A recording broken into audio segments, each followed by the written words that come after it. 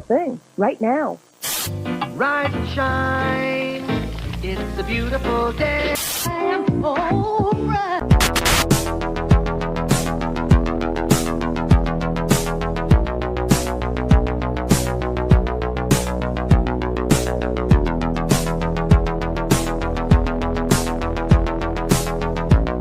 About a third of the building has been blown away.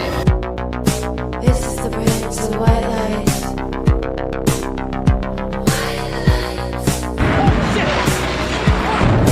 Our very freedom came under attack in a series of deliberate and deadly terrorist acts. And at that point, we were taken for another round of questioning, this time related to our allegedly being members of Mossad.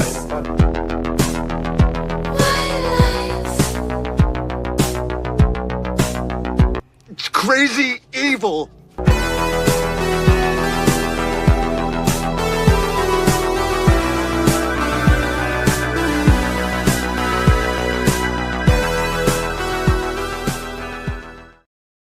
Good morning, and welcome to the No Way Jose podcast. This is the Morning Dump. I am your host, Jose Galison. It is, August 7th? What is today? Thursday? Beautiful Thursday morning. I've worked out today. I've gone for a run. Have you? If not, you should. You or at least think about it. Do something productive. Doesn't have to be working out. Doesn't have to be running. Doesn't have to be anything physical. I don't know. Maybe read something. I don't know. Podcasts, audiobook. Do something. Fucking spend time with the family. Improve your relationships. Do something. Make something better of your life instead of just sitting around and smoking weed. You can do those things and smoke weed. That's the great thing about life. What's up, guys? All right, let's do our morning video. Let's wait for everyone to roll in, and then we'll say our good mornings. I think I have a couple of you guys actually tag me in this morning. Or not this morning, yesterday. So, hey, I figured we'll start off with this one. This right here. A little bit of a deeper dig into, I think his name was like Tartaglione or something, whatever. If I got the name wrong, they'll get it right here in a second. But the Epstein Cellmate, a little bit about his lore, kind of a wild story. So kind of buckle up and listen. And I'll say my good mornings after this and say hello to the class. So let's go ahead and get into it. Never underestimate the butterfly effect of a tiny public access show in upstate New York. Clay Tiffany was an independent journalist and the fearless host of Dirge for the Charlatans. Notorious for being a thorn in the side of local officials and law enforcement, Clay Tiffany would probe into corrupt politicians and dirty cops, then broadcast his findings on his public access show. But with this fame came enemies in powerful places. One being Briarcliff police officer / bodybuilder Nicholas Tartaglione, who in 1997 he literally looks like Kevin James in some sort of low production fucking joke goof Adam Sandler movie. But let's go. Evan pulled Clay Tiffany over, warned him to stop looking into the police department, said he has ties with the mob, then physically assaulted the TV host. Obviously, this led Clay to delve further into the cop, and so began a long-standing feud between the two. Tiffany dug into his past and found that Tartaglione had a history of assault in his time. I do gotta say, I really want to dig into like the library of whoever. What's this guy's name? Clay something? I forget what his name is, but he's like he's basically Bob Ross if he was just chasing crime. He literally looks like a scary, because it's weird. You look at this dude's face, like the guy on the left here, I guess the crime chaser or whatever, the journalist, and he just has one of those like Frankenstein type faces, and just that like he just genetically like he could fuck you up. He looks like a big dude. I don't know. I mean, obviously, I have nothing to gauge it against. He could be 5'2" for all I know, but he just looks like, with a face like that, you just expect he's 6'7", like 260, and he's not even like he's never worked out a day in his life, but he's just big, like a weird motherfucker.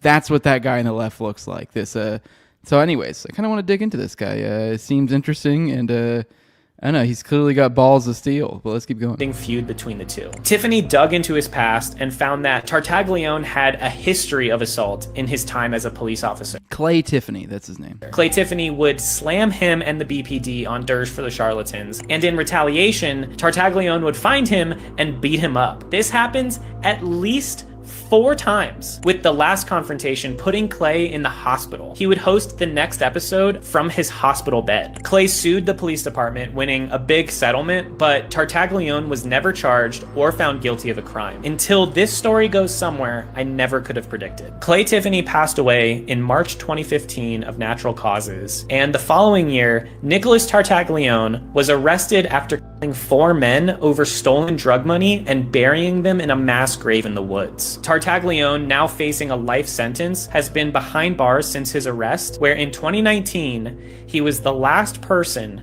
to share a prison cell with Jeffrey Epstein. Yeah, I mean, nothing too crazy meaningful in this story, just interesting that this is a guy with Epstein.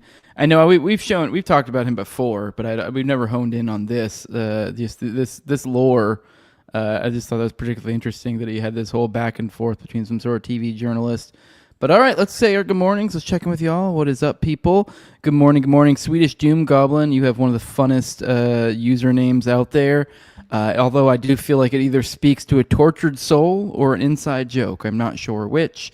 But you said, I told you need to talk about Hamas and its Israeli intelligence ties.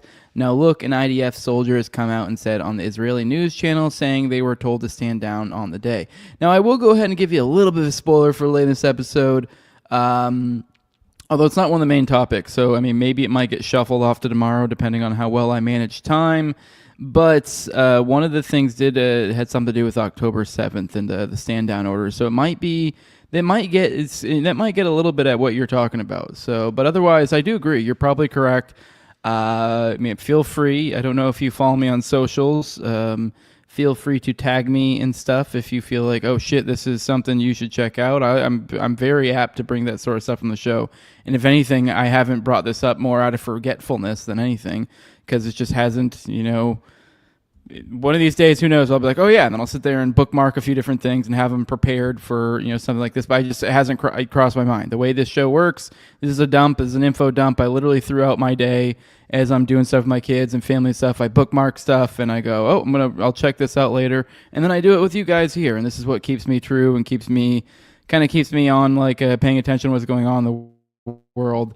Because it's like I kind of had to do that stuff anyways, since I was doing like podcasting and stuff and being a commentator, I had to be abreast of what's going on. So it's like, well, and I have this free time, so why not get 2 birds stoned and make it like a morning show? So whatever, I'm covering the stuff I would anyways. So point being is there's not a ton of thought that goes into the production of this show. That's kind of the whole concept of it. It's a dump. But with that, tag me and stuff, please do. This is the sort of stuff that as I'm going through a bookmark folder, I'd be like, hell yeah, I need to cover that. I just, for some reason, I know this is just not popping up in my feeds or what. I've heard you talk about this, and I have seen it here and there. I do need to dive into that a little bit. I do need to probably put a little bit of intentionality behind myself and digging into that, because I am aware there's weird little intel stuff, and I've gone on little digs here and there, particularly on some of the Boltzmann booty threads. He's dug into that a little bit in the past. But especially if there's anything new, never hesitate to tag me. Any of you guys, stuff like that, that's something I'd be very interested in. And Swedish Doom goes on to say, also 2 weeks prior, it's been reported an Israeli official held up a map for a new Israel that excluded Gaza and the West Bank on the Greater Israel Project map. I feel like I actually recovered that at one point on a morning show forever ago, like early on, but maybe it's being re-reported or maybe it's something new. But yeah, I'm definitely very apt to cover, and I think that might be one of the things we cover today. So, good morning, Andrew Jacobs saying Buck Fibby or Buck. Oh, I get it. Fuck BB. That threw me off. Good morning, Alien Big Cat. Good morning, King David. He said, what's up? What's up? He said, what's good, Jose? No, I'm doing all right. Doing great. Just chilling. Good morning. He's saying he does 5 push-ups every day, 2 years strong. I don't believe you. That seems like a lot of push-ups every single day. Seems a bit excessive, but maybe swap it up. Do different muscle groups. But all right, we keep going. Good morning, Bug Fights. Good morning, Hey Say What Now. Good morning, Chi Coho. Good morning, Eddie Grimm. Good morning, Tom33. Good morning, Hustle Bones. See, I'm seeing a lot of the regulars in here. Good morning, everybody. Oh, also do want to remind you, even if you don't follow me on socials, if you are a Rumble person, if there is articles, threads, whatever, you can drop links in the Rumble chat. You just may need to bug me, and then especially you just mentioned Swedish Doom Goblin. You mentioned the intelligence ties or whatever. For example, you could drop that in the chat if you were on Rumble, but I see you're on YouTube. So you need to get off that YouTube life. YouTube suck balls. I don't know how much longer we're destined for YouTube anyways. I think they're rolling out new weird requirements. So with that, follow me on Rumble or on the audio podcast. All right, let's get into our normal foreign policy like we do. We are apt to at the beginning of the show. Our foreign policy roundup. First story of the day. Reminder, I do source these almost generally damn near exclusively from antiwar.com because that's what they do there. They have kind of the grab bag of the latest stories of the day, and you can kind of go through there and stay abreast of what's going on. Also, Dave DeCamp has his daily show that he does there, and he kind of runs through the headlines. He does essentially a more in-depth version of what I do with these roundups real quick. I usually pick a few of them, whereas he goes through basically all of the main stories. So, but all right, first story is Israel's escalation plans involve the ethnic cleansing of Gaza City and Gaza's central refugee camps. So this is kind of to be expected, but here's more of the rollout. It says Israeli government plans to escalate military operations in Gaza involve the ethnic cleansing of the Palestinian civilian population of Gaza City and Gaza's central refugee camps, according to Israeli media reports. Ynet reported that Israel plans to push the civilian population out of the area and direct them to the south in an effort to prompt them to leave Gaza altogether. Israeli officials, including Prime Minister Benjamin Netanyahu, have been speaking openly about the fact that their ultimate goal is the ethnic cleansing of the Gaza Strip, which they call voluntary migration, though it's unclear where the Palestinian population would go. Yeah, it's really clunky. They're really sticking this voluntary. Anytime you see one of their Hasbro agents arguing online, it always is this weird... when everyone asks them, like, hey, is it like it's a war crime it's literally definitionally a war crime to essentially, do ethnic cleansing, to force a populace out of their homes in this manner. And they're like, but what if they want to? It's like, it's literally is like their like go-to. It's like this, like, it's like a if anything, it's more like discombobulating than an argument, because you're just like, what? Like, but. And then you're in this other weird discussion where you're like, but they're not, and you've just kind of broken people's brains. It's almost like just a jarring reality shakeup. You're like, what? I don't even know how to grapple with this, because you're like, but they're no one's arguing that. No one. It really is just kind of takes you. It is almost genius in a weird fucked up way, but it's just. And it's almost like when you like when I've dug into like hypnotism and the concept of like they jar your reality. It's almost like that. Where you're like, here we are, we're having an argument, we're exchanging ideas, and then they throw in this other thing that just doesn't even make sense. And if anything, kind of shakes things up and reframes things in a certain, even though it's not even doing it in an honest way, it still fucks your reality and skews things in such a way that now you're in this odd other place. And it's just like, where do we go from here? And that's kind of, I think, the purpose of it. The new offensive is expected to take months, and the IDF is warning that it could lead to heavy Israeli casualties, and the remaining Israeli captives could be killed. But Prime Minister Benjamin Netanyahu appears determined to go through with the escalation. The intention is to conquer Gaza, an Israeli official told Ynet. The Times of Israel reported that Netanyahu is set to convene a security cabinet on Thursday at 6 p.m. Israel time and is expected to approve the escalation plans despite IDF Chief of Staff Lieutenant General Eyal Zamir and other military officials warning against it. Military members of Israeli captives held in Gaza are also strongly opposed to the planned escalation. All right, moving on. The daily death toll over there is 135, so I think we were around like 80 or something, so we're like... It's always like, well, I don't know, maybe that means something. Nope, it's shitty again. We're back over to 135. This time, 87 of them were people attempting to get aid. So, and despite that, I think we're actually getting ready to, actually, I guess we can move to that story next. It makes sense. As a follow-up, this is from Huckabee. The U.S. is to support 12 more GHF aid sites in Gaza. Oh, those literal death traps, because that's exactly what we need more of. So as the Trump administration is clearly embracing the shadowy distribution centers where over 1,000 Palestinians have been killed since May. I believe we're up to 1,600 now, I believe is what we're over. So we're getting close to 2,000 now. And these are of just people literally trying to get aid that have been murdered. So, and it's weird. I mean, despite all the stuff coming out about all the GHF and how shitty it is, and I don't know, just that the dubious nature of it all, just it's like they're not even trying to grapple with it. And then people ask them about aid, and they go, yeah, we're doing aid, we're working on it. And it's like, but they're referring to the GHF. So that's all this GHF is this weak talking point that way they can say they dealt with the idea of aid. Even now, even despite they keep saying over and over again, yeah, they're starving, yeah, it's bad, yeah, we're working on it. GHF, that's what we're doing. We are working on it. Like, no, so in their head, they're like, no lies detected, and they're kind of correct.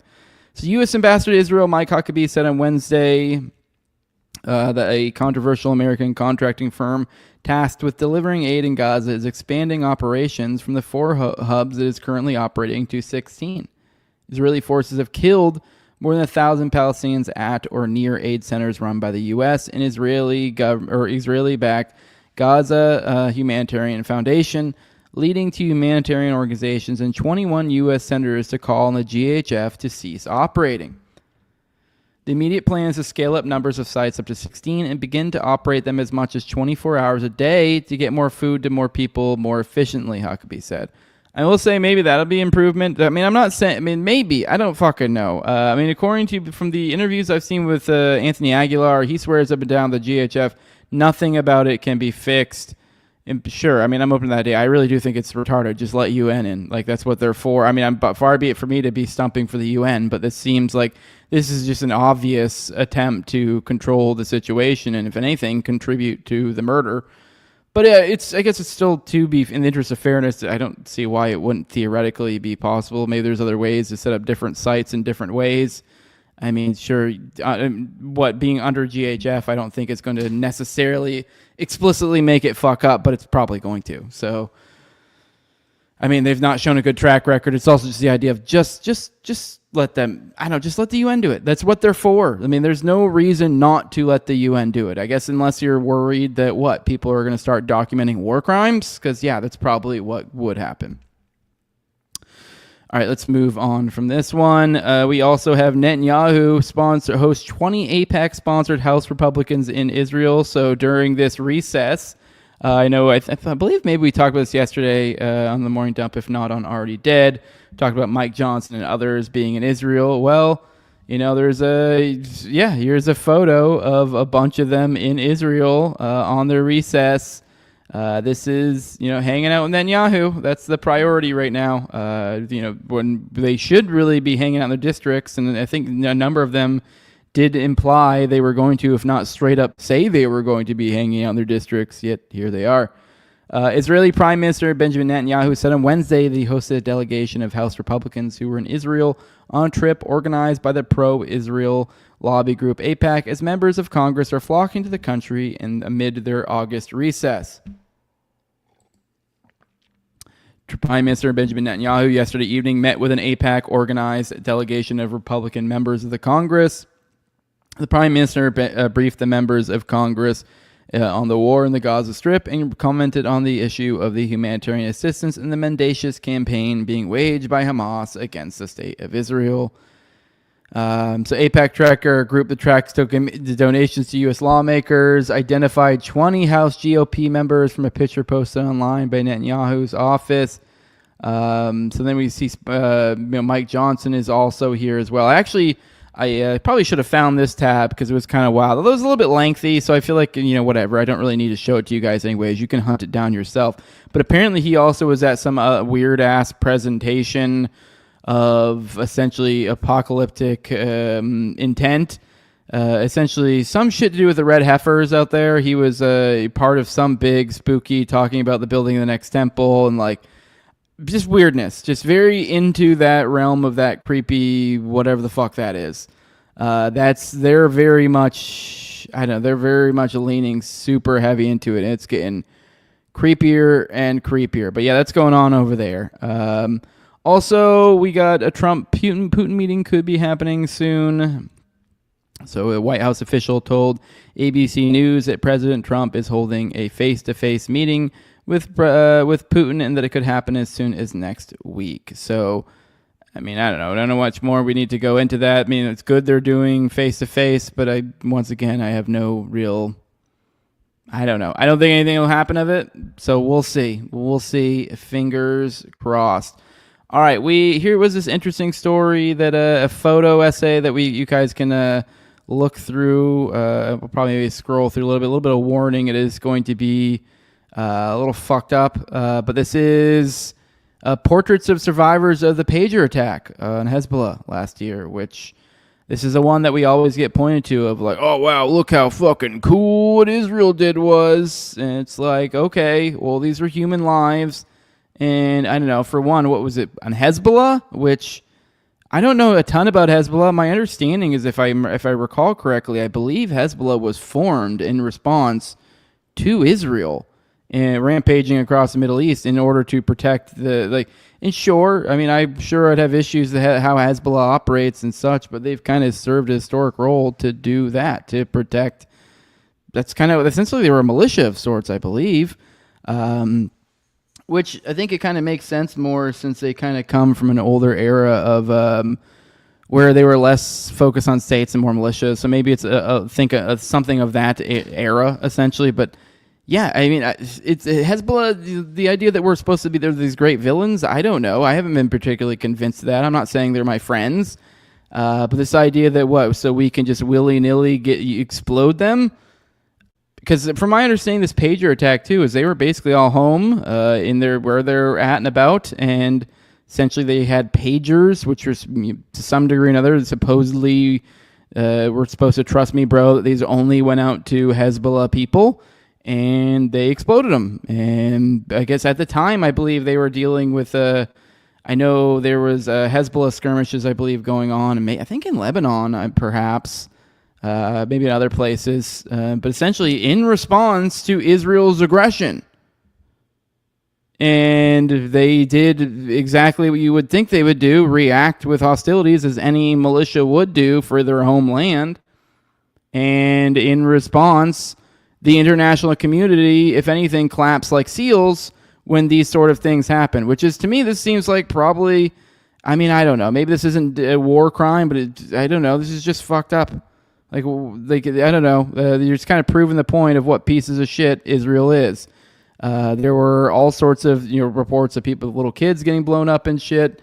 Because this was something that wasn't like when you're blowing up pagers and some deceptive whatever. This isn't like they're out in the field and you're lined up shooting back and forth at each other and you're pulling off some secret maneuver. No, you are just just blowing up, utilizing explosives in domestic situations, essentially.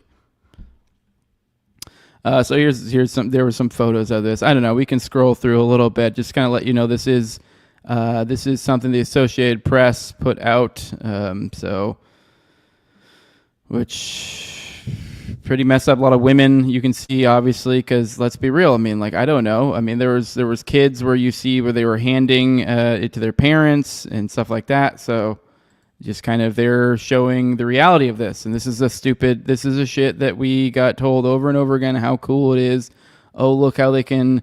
And there is something to the idea that hey, if you can pull off stuff like this, then it's why do you need to do shit like Gaza? I mean, obviously this is far more targeted, but it's even this is just gross. This is just gross. All right, last thing on, I guess this is sort of foreign policy. I don't know, not really. This was an anti-war story, but I was going to bring it up either way because this came up on the show yesterday. We were getting those live updates. I forget who it was who was telling us in the chat. I think it was a few of you guys giving us little updates as we went through. But yes, it was ID'd as Cornelius, Quornelius. Yes, that is quite the way to spell Cornelius. Cornelius Radford, an Army sergeant. It was discovered, it was ID'd as him. I guess let's read through this story. Maybe we'll discover a little bit more. From my understanding, it's looking like it was some sort of skirmish and not some larger thing. So an Army sergeant opened fire on Fort Stewart on Wednesday, shooting 5 soldiers and prompting a brief lockdown, and one of the country's largest army bases, officials said. Few details were immediately available about what led to the gunfire, but the suspected shooter was identified by U.S. official as Logistics Sergeant Cornelius Radford, 28. He has not previously been deployed to combat. He opened fire at his workplace using a personal handgun and not a military-issued weapon, officials said. Shooting happened in the 2nd Armored Brigade combat team area of the base. Law enforcement was dispatched to the area at 10:56 a.m. The alleged shooter was apprehended at 11:35 a.m. Soldiers in the area who witnessed the shooting immediately and without hesitation tackled the shooter, Lubis said. Radford was then taken into custody. Army said it's investigating the shooting. There were still many unanswered questions, including the condition of the soldiers, the scope of their injuries, and the name of the shooter, as well as any possible motive.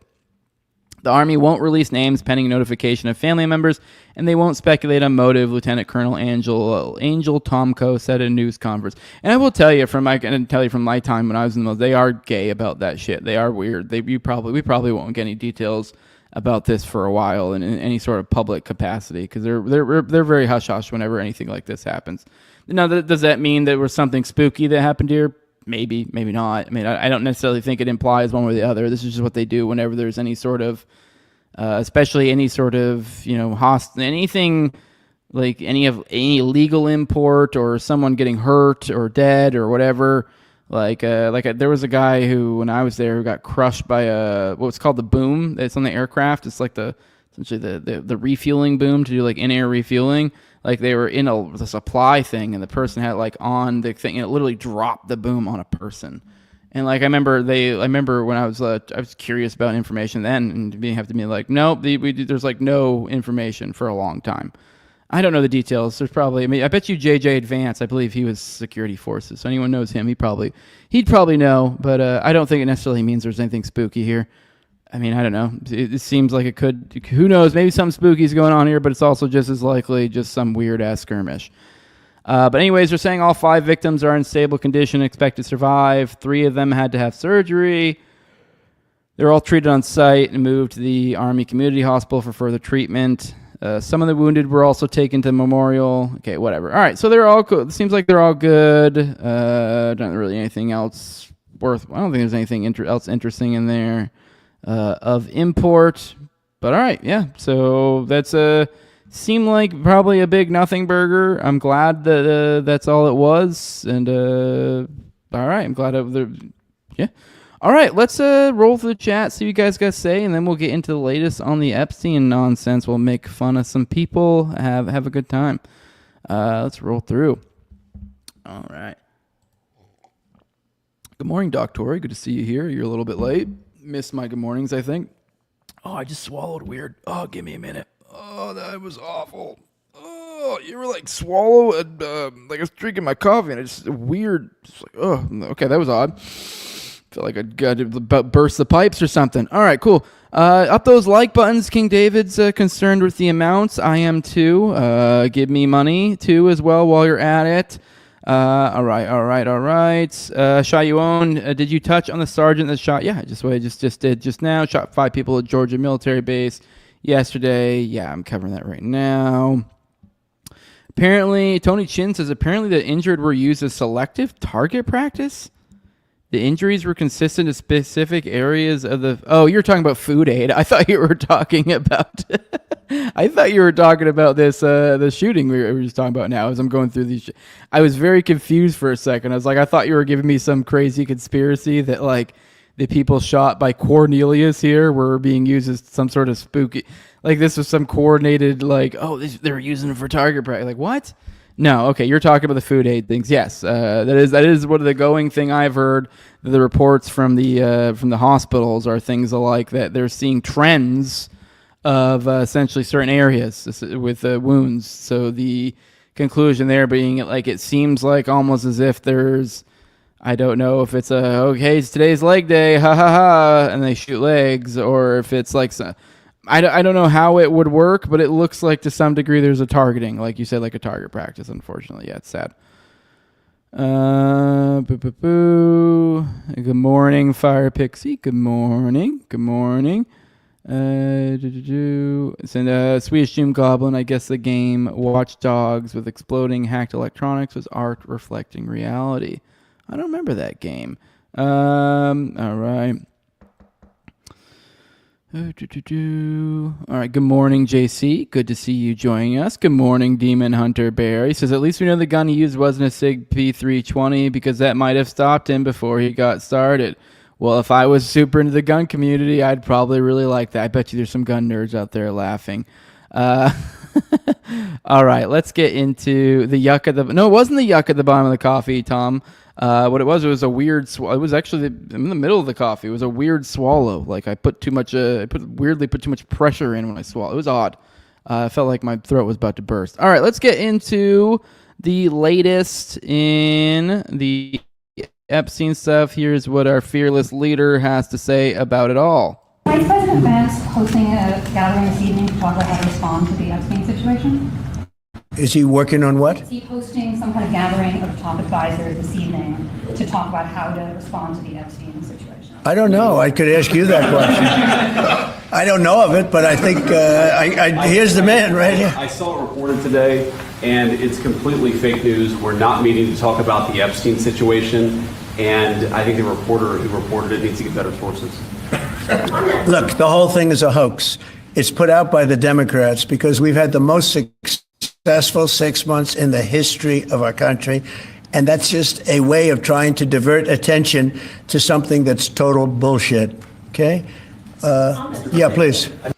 All right, so you heard it right there. This is total bullshit. I mean, nothing to see here. Nothing to see here. And maybe there is nothing to see here. Here's Alan Dershowitz, I guess, recently.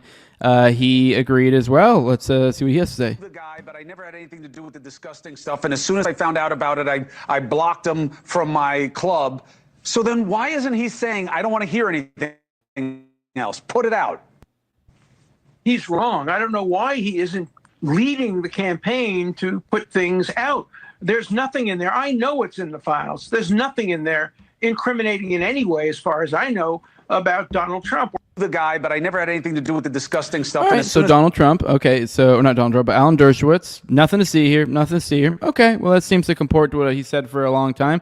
All right, guys. Well, here is the latest from Ghislaine Maxwell. Apparently, Ghislaine Maxwell reportedly told the Department of Justice that she never witnessed now President Donald Trump engage in any concerning behavior in her presence. And for that, you guys, we all get the beautiful fell for it again award because we fell for it again. Just like I've been saying, surprise, surprise. I mean, what? Was there any other scenario of this to go down? No. This is ridiculous, but yeah. Okay, so here we are. This is where the narrative inevitably has unfolded. She didn't see nothing about Trump. That's completely unsurprising. Let's hear what Alex Jones and Candace have to say about it. Let's watch this. Just in, Trump states that he did not know that Ghislaine Maxwell was removed to club-fed minimum security prison at all. He defended the action but said he was unaware of the move. How much does he know? He's also said that he doesn't know about any of these grand juries now finally convened on the Russiagate hoax coup.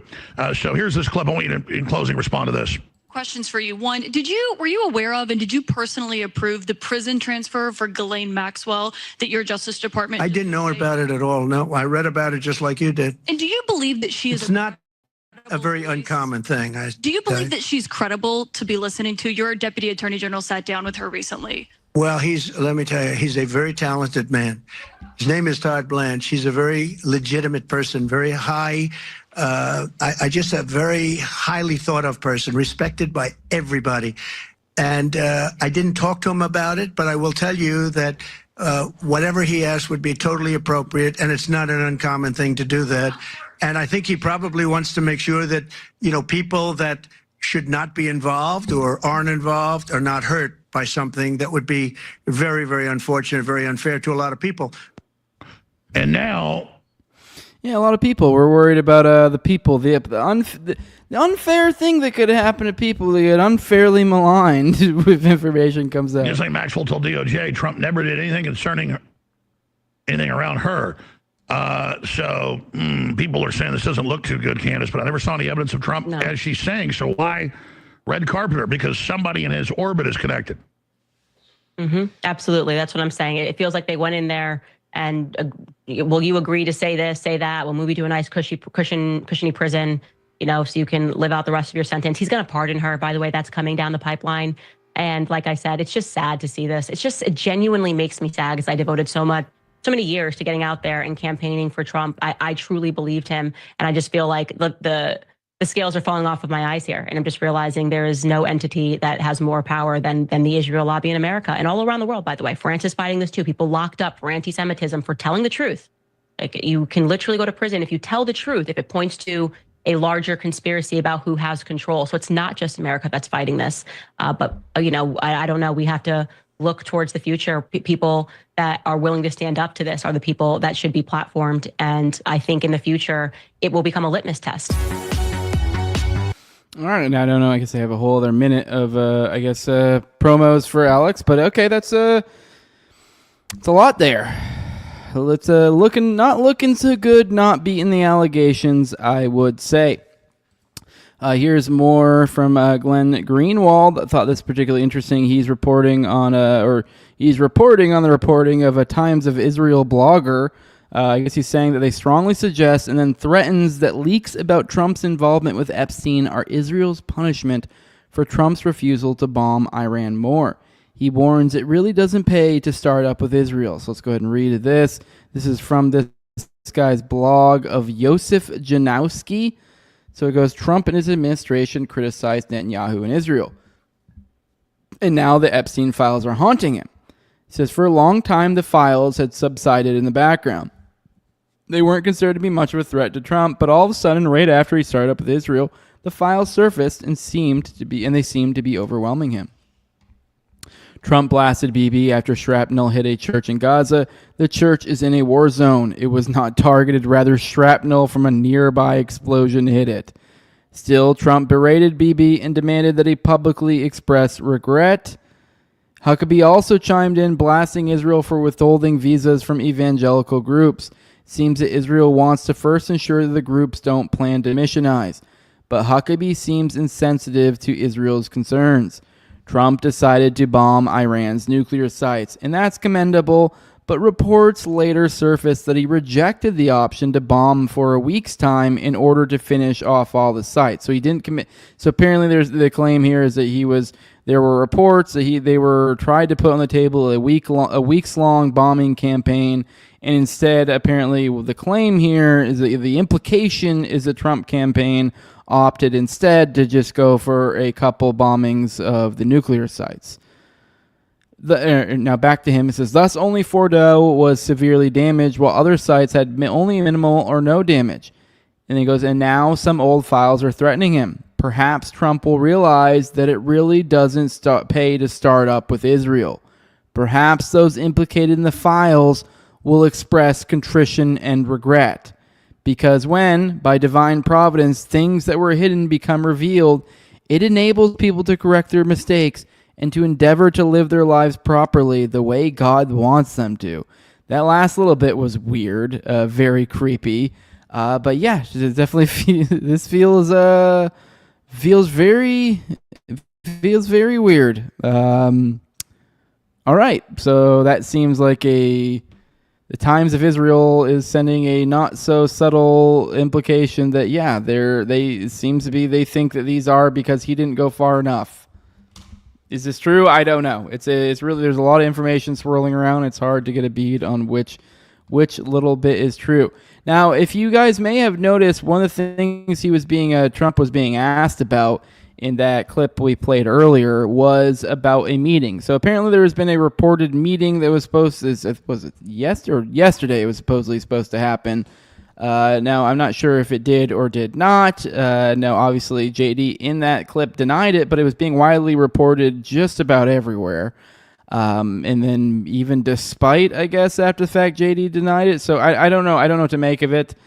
So here's the claim from the AF Post. It says Trump officials will meet Wednesday at JD Vance's home to craft a unified response to the Epstein scandal. The unified response being in quotes, so I'm assuming they have some sort of source here. The meeting will include J.D. Vance, Chief of Staff Susie Wiles, Attorney General Pam Bondi, FBI Director Kash Patel, and Deputy Attorney General Todd Blanche. Which I guess that doesn't even include Trump, so this would just be the people. So, all right. JD did deny it, so yeah, let's look. This is over at Newsweek. Let's see if they give any sort of specifics on where the source is. So it's saying Trump administration officials are okay. Oopsies. There we go. Dang it, all these stupid fucking ads. Let's see. According to CNN. Okay, that's what so CNN has some sort of source, I guess. Let's see if we can't follow that link. Let's see if we can follow that source. Okay, and then it just links me to who the fuck CNN is. Thank you for that. I was hoping maybe they'd link it to the article or something, but I guess CNN is the source here. So I don't know. It's not the greatest. I'm not a fan of it. Wish there was some more here. But either way, it's believable, but it's just more the idea of it was being reported around. It's also just a believable thing. So I don't know. We'll see. There also was, I saw something of there were victims and some sort of victims groups that were, essentially clamoring to be involved. So it almost seems like it implied like they knew more about it or something. I don't know. It could also just be bullshit. It totally could just be a story getting thrown around where it shouldn't be.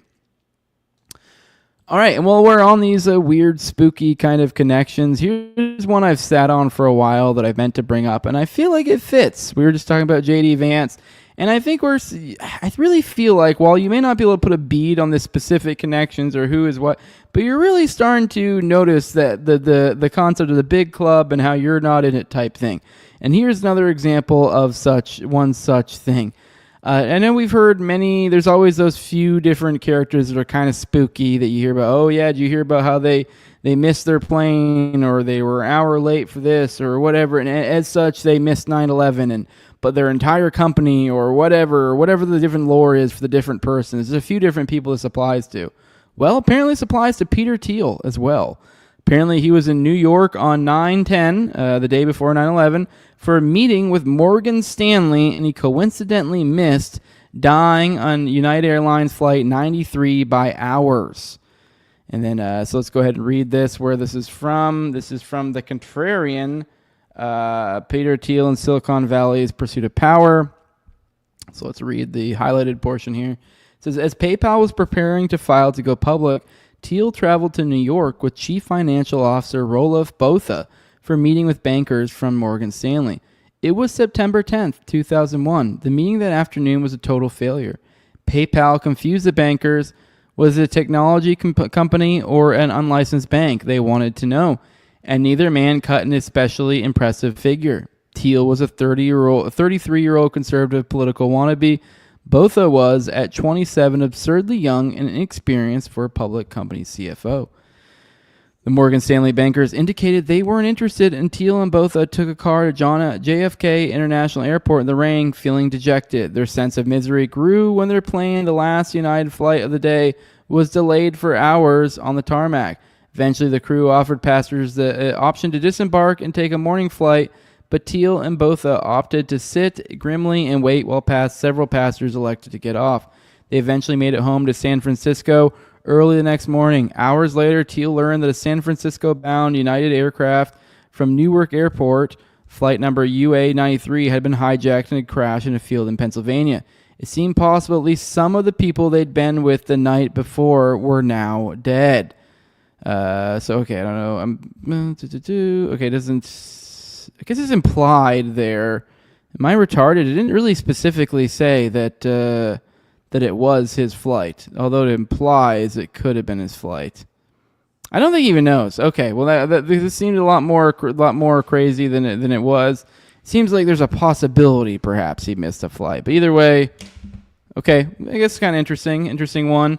So then on this kind of note of this kind of larger milieu of the weirdness that's going on. Here is from the leading report. It says this is apparently some new information out there.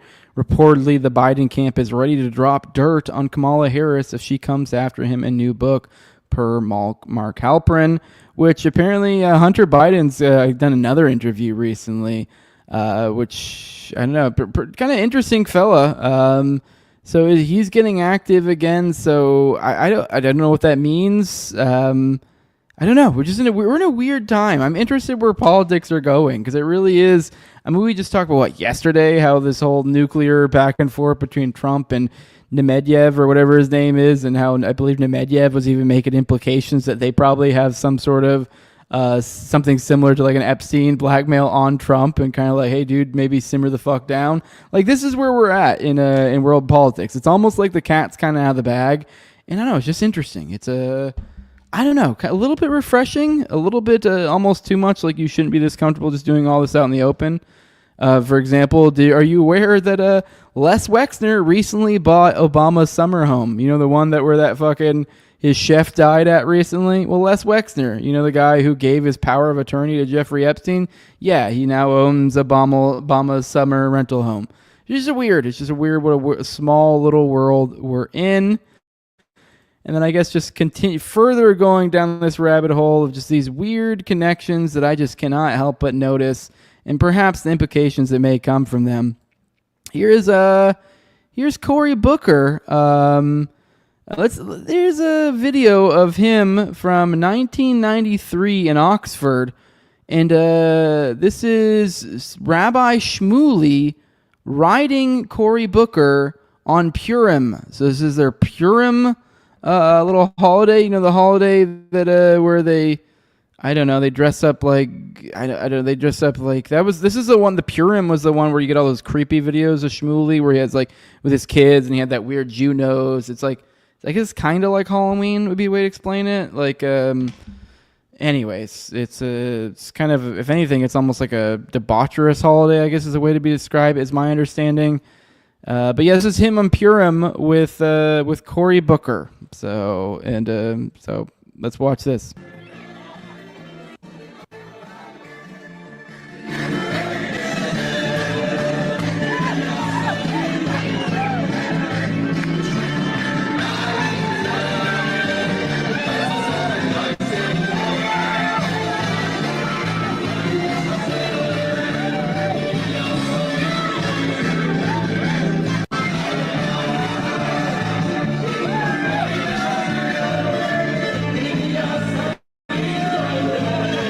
Which nothing wrong is going on here, but it's just weird. And it's just, I think Power Mapping here might be onto something, because what he says here, there's this video that we're about to watch about Cory Booker acting real squirrely. And yeah, apparently, I guess Shmuley just leaked this right around the time that this clip came out, because I guess Booker is having to deal with in his district the whole Madani stuff, and he's getting over and over again the why won't you support this guy? Why won't you support this guy? He's in your party. He's in your district. It makes no sense. Why won't you support this guy when there's one specific thing that Mamdani is hated for? I know they try to play this, oh, he's a commie, he's this, he's that. Well, you can't play that game when you're in the Democratic Party. I don't like those things about him either. But it's pretty commendable, his position on Israel, and it's pretty revealing how a lot of people act as a result. So let's go ahead and watch this. Support him. I have learned about Mamdani. Are you going to support him? I have learned a long time ago. Let New York politics be New York politics. We got enough challenges in Jersey. I got a governor's race. I'm supporting Mikey Sherrill. I got legislative races. That's where my energy is going to. Oh, I was actually wrong, by the way. Booker is in Jersey. I was mixing up the districts. So, which, by the way, I guess someone corrected me recently. Thanks for this. I've been referring to Belgium as an Eastern Europe like an idiot. And in my head, it's the same concept of like what I imagine as like an Eastern European nation. But anyways, I was wrong. But, you know, New Jersey, New York, they're right next to each other, and they're in the same party. I feel like it's perfectly appropriate to ask the New Jersey senator, like, hey, about like, you know, would you endorse your neighboring whatever, you know? So, all right, let's keep going. Going into November. New York City, I love you. You're my neighbor. You're about 10 miles from where I live. You guys figure out your elections. I'm going to focus on mine. So yeah, non-answer. He's been avoiding this because it's my understanding. It's pretty much just like customary. That's just what you do. Like, I mean, it's like I don't understand. There's no real reason why he wouldn't. So yeah, so that's where we are. I'm sure it has as Kalani Pengosh here points out, I'm sure has absolutely nothing to do with this weird, creepy video that was leaked by Shmuley. I'm sure there's no deeper story there or more to be released. No, not at all. And also, as we're dealing with all this, we have Mike Cernovich, this lispy loser, because fuck lispy losers. Fucking idiot. Stupid lispy fucks. I'm just kidding, obviously. I know. The dark thing about Cernovich is like, I don't know. Obviously, my hair is longer, so you don't see it now, but I have always gotten Cernovich. Like, it'd be like, oh, you're just like Cerno. You know how many times people say you confuse me with Cerno? Well, you know what? Fuck you. Although he's not like necessarily like an ugly guy or anything, but he is just, I do not like him. I do not like Cernovich. I mean, just something about him just disgusts me. I mean, maybe it is this thing where you like look in a mirror and you're like, ew. Maybe it's just me. Maybe I don't like me. Maybe it's a self-loathing thing because everyone says there's so many similarities. I don't know. But anyways, I get the biggest thing that this was the one article you wrote about sucking off a tranny. I'm sorry. I can't really take you seriously as a man after that. But anyways, this is his latest take. He's arguing that Israel isn't going away and that essentially they should focus on pressuring pro-Israel to get their way. So this is his take, saying Israel isn't going away. Siding with the left on Israel gets us nothing but destruction. The move is to keep pressuring pro-Israel people to do more for the MAGA agenda. At least 6 months have shown this is working rather well. But yes, keep pressing for more. So essentially his argument is not to be anti-Israel, but to essentially pressure the pro-Israel side to get what you want. I would argue that, you know, what the whole beginning of the show is completely an argument to the contrary. And then meanwhile, as these things work, while all this shit is going on, we got UFOs. So let's go ahead and watch Dr. Robert Malone talk about how, I guess, apparently he heard from his good buddy RFK, you know, that weird Scientologist spook that we talked about on our process episode with Dana Duda. Yeah, that motherfucker. Oh, he's apparently, I saw aliens and shit. So, or whatever the fuck. It's all real. So let's go and see what he has to say. One of them piped up and said, in the investigation, she said, well, I can't talk about it because I'm actively involved in supporting those investigations, but I can tell you that a lot more activity is happening now. Oh, God. That's data point number one, and that they're real. Okay. Data point number two, I'm talking to my friend and mentioned this while we were on the boat, and he says, oh, Bobby had a briefing, and all of this stuff is true. Roswell, all those things, the reverse engineering, the origin of the night vision, a whole bunch of this tech comes out of reverse engineering recovered material. I don't know who this guy is he has next to him, but can you just imagine being this much of an idiot that, like, you're like sitting there, RFK said, oh, geez, I just realized I just nicked my nose. Oh, wow, that's gross. Sorry. Well, I didn't mean to do that. I didn't mean to. I had this weird little scab on I have a little skin tag that I caught earlier, and it's like bleeds a lot. I just nicked it. I must have just nudged it right now. I didn't mean to be bleeding like a stuck fish in front of you guys. I have to stop and grab a napkin or something. This is gross. This is unsightly. All right. Well, anyways, yeah, that's fun. All right, let's finish this clip. I'm going to go grab something to dab on it so I don't have to sit here and bleed like a stuck fish in front of you guys. But yeah, I do find it particularly interesting. And look at this idiot. I just can't imagine being like, oh my God, RFK said, like, okay, show me something. That's all we've gotten from this campaign is so-and-so said. So all right, let's go. I'm going to go and play this. I'm going to grab a napkin. I'll be right back. And so stay tuned on that. It sounds like there is absolutely there. And we can look forward to, as you're talking about the future, we can look forward to learning a lot more about what the heck is going on with these, whether they're time travelers and they're humans coming back, or they're from another dimension, or they're whatever, fill in the blank. But apparently it's real. All right. Well, I don't believe it. You got to show me. All right. Let's roll the chat. See what you guys got to say. Sorry, I'm being really gross. One of them piped up and said, let's go ahead and see what you guys got to say. Roll through. All right. Do. All right. Tish says Trump also read Netanyahu the riot act after tank shot. Yeah. We're talking about the Catholic Church stuff. Nevsky says World War III sure ended with 0 casualties. Yeah, I mean, okay. Northside saying I'm tired of these goddamn pedophiles and these goddamn planes. Yep, that's what they for sure do. Let me see what all you guys got to say. Sorry if I seem a little bit off. I did not expect this to be all gross in front of you guys. Booker is running for president in 2028, and he's trying to distance himself from the commies. Yep, that for sure, too. Well, Fire Pixie saying she's not seeing a resemblance between me and Cerno, so I appreciate that. I appreciate that big time. We got a bleeder, says Dr. Yeah, sorry, my bad. All right, let's get into the next topic. Sorry, don't look at me. Listen, don't look, or look at the look at what I'm showing you on the screen. Not look at my face because I feel really gross. I'm being gross. Thank God my wife doesn't watch this show. She wouldn't give me say. I wouldn't hear the end of this. She'd be like, "You were so gross on your show today." All right, let's get into this. Here's an old story that I've wanted to cover for a little while, but I just once again, this is one of those ones that got kind of it's stuck in the time suck of my vacation. I got lost, but this is an important one that needed to get covered.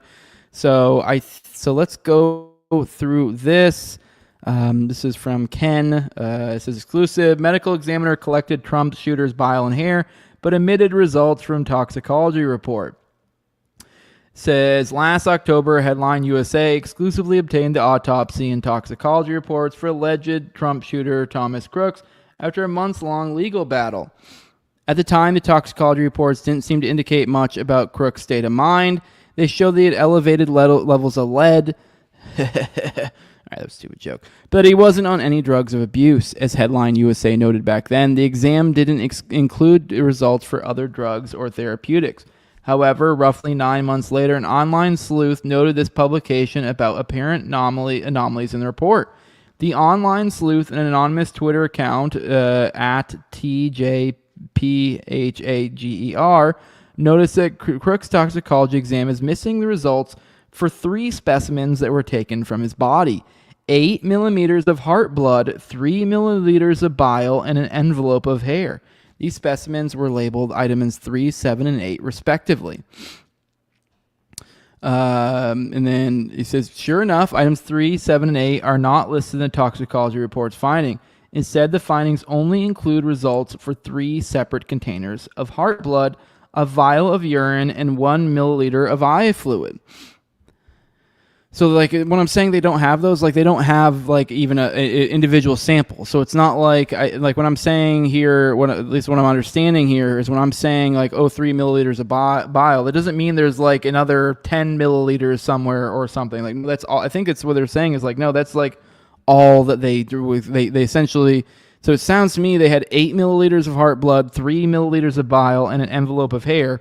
And so now it sounds to me, maybe this will be wrong, but it sounds to me like what they're saying is essentially now there's no heart blood, no bile, no envelopes of hair. So essentially no ways to use those as methods of testing. There's no other bile, there's no other envelopes of hair, there's no other milliliters of heart blood, which I'd assume... I don't work in the medical field. That means I would restrict the things you're able to test for or whatever. So yeah, so now they're saying instead they only have, the findings only contain results for 3 separate containers. Okay. So I guess there is other heart blood. So there's other containers of heart blood, 3 of them, and there's a vial of urine and a milliliter of eye fluid. So there's still heart blood, but I guess the big thing here would be the bile and the hair. So there's no bile and there's no hair. Because keep in mind, which I'm sure they'll mention here in a second, which is a weirdness about this, he almost immediately, I forget the specifics, it's like they released the body real quick, essentially he got cremated, like almost immediately, and it was a very bizarre situation that like this happened that way. So... Anyways, but point being is when we're losing these things forever. And so that just no longer exists. And so these items that they still have are 1, 2, 4, 5, 4, and 5, and 6. Allegheny County Medical Examiner Ariel Goldschmidt, do I need to say it, who conducted the autopsy exam on Crooks, also commissioned a private firm called NSM Labs, which tested Crooks for blood for lead, arsenic, mercury, and other compounds, but that firm didn't test for psychotropics either. It's unclear whether Cook's bile and hair were ever tested, or if Goldschmidt simply omitted the results from his report. Goldschmidt didn't respond to numerous messages seeking an explanation, nor did one of his scientists, Katrina Lindauer, who signed off on the exam. Butler coroner William Young, who was involved in the decision to send Crooks to Allegheny County, also didn't respond to requests for comments. Butler County District Attorney Richard Goldinger declined to comment. Now, on the bile and the hair, according to an academic article published on the National Institutes for Health website, bile can be used to test for a variety of drugs. Moreover, bile can reveal the presence of drugs for longer than other bodily fluids. Because it is an excretion product of the liver, it can be used for screening purposes and determine what drugs an individual used or was exposed to prior to death, scientists Jolene Byerly and Laura LeBay wrote in a June 2018 article entitled The Utility of Bile in Postmortem Forensic Toxicology. Some reasons for choosing bile as an alternate matrix include ease of collection, large sample volume, extended detection window relative to blood, and high concentrations of drugs and metabolites. Similarly, hair can be used to test for psychotropic drugs too. So antidepressant and antipsychotic drugs are regularly encountered in different aspects of forensic toxicology, in some cases require the examination of hair samples, wrote Maximilian Meffling, Franziska Krumbiegel, and Sven Hartig in a 2020 article. So, psychotropic drugs such as selective serotonin reuptake inhibitors, or SSRIs, have long been thought to be linked to mass shootings and other terroristic activities. While no definitive causal link has been proven, studies show that mass shooters often struggle with mental health problems. All right, anyways, point being is that they've lost the ability to test some of these things. So, I'm not going to go into the connections. You guys follow this show. You're aware that is a common trope. So on Crooks and mental illness, Butler County coroner William Young said he was called around 6:15 a.m. on July 14th to examine Crooks' body, which had been sitting on the AGR rooftop for over 12 hours. Says the decedent was removed from the rooftop at AGR International by Coroner Young and Deputy Bolshevik. The decedent was taken to Allegheny County's medical examiner's office for a pathological examination. The remains were then released to Beinhauer Connell FH. Infamously, Crooks' body was cremated days later with bullet fragments still in his shoulder. According to CBS, Crooks searched online in April about a major depressive disorder in the lead up to the attack. Additionally, the FBI briefed the House task force investigating the Trump assassination attempts last month, telling members that Crooks exhibited strange behavior in the days leading up to the shooting, such as walking around the house, talking to himself, or flapping his arms. And according to ABC News, investigators learned that throughout high school, Crooks would routinely sway back and forth while standing at the bus stop, but that Crooks never received any sort of formal diagnosis related to it. Headline reached out to 3 different independent toxicologists for the analysis of Crooks' report. Only one was willing to talk under the condition of anonymity, and he said he didn't know what to make of the missing results in Crooks' report. I'm probably not the right person to explain why it is missing a number. I interpret toxicology reports, but don't generate these reports. Said I would look for an expert witness who is a medical examiner or a forensic pathologist, the toxicologist said. So thought that was particularly interesting. It was worthwhile that, like, hey, these things just are gone, seemingly. And then on that note, I thought it would be kind of interesting to maybe look back and remind ourselves that, hey, there's been other assassination attempts that didn't go through in the past, and sometimes there was maybe there's a little bit of a fakeness to them. Here's Bolson Booty saying Mussolini orchestrated at least one fake assassination attempt against himself, plausibly more than one, to declare a state of emergency and expand dictatorial powers. And so here is a quote. It says in Charette's diary, quotes, Dion is mentioning Ben Gurion's comment that it would be well worth our while to pay an Arab £1 million to start a war with Israel. An Israeli diplomat responded, "This is how fascism started in Italy and Germany." Let's see this. I guess I already said the quote, but point being is the implication, but hey, we got this Israel war going on. They really, really want it, and they'd be willing to pay a ton for it. It helps if you have a messianic-like figure riding in on crazy energy, like, an assassination attempt. 4 attempts in less than a year, one of which is pretty well accepted to be fake, and at least one of which is kind of up in the air. Here is Mussolini's 4 would-be assassins, emergency politics, and the consolidation of fascist power. This is by Benedetta Luciana Sara Carnaghi over at Cornell. Let's go ahead and read this real quick, a little summary. Between 4 November 1925 and 31 October 1926, Tito Zanaboni, Violet Gibson, Gino Lucetti, and Antonio Zamboni all tried and failed to kill Benito Mussolini. The significance of these attempts on Mussolini's life and their relationship to the establishment of fascism has gone overlooked as much scholarship focuses almost exclusively on the consequences of socialist deputy Giacomo Matteotti's murder in June 1924. In this article, I analyze the impact that these assassination attempts had on Mussolini's construction of the fascist state. The article asks 2 main questions. What role do these assassins and the state of emergency that their acts generate play in the establishment of fascist control? And how do they contribute to Mussolini's cult status and his consecration as a man of providence?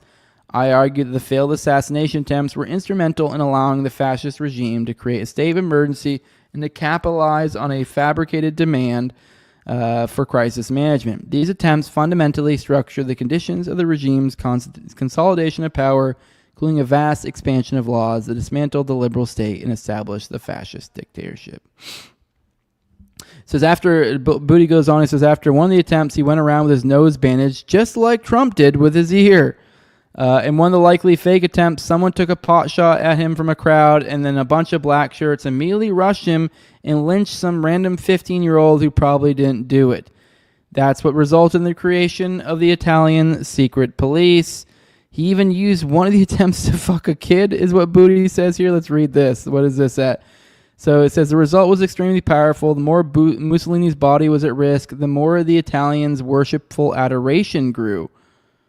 Holy shit. Okay. 14-year-old Clara Petacci, who would later become Mussolini's mistress, wrote on him on 8 April 1926, right after Gibson's attempt.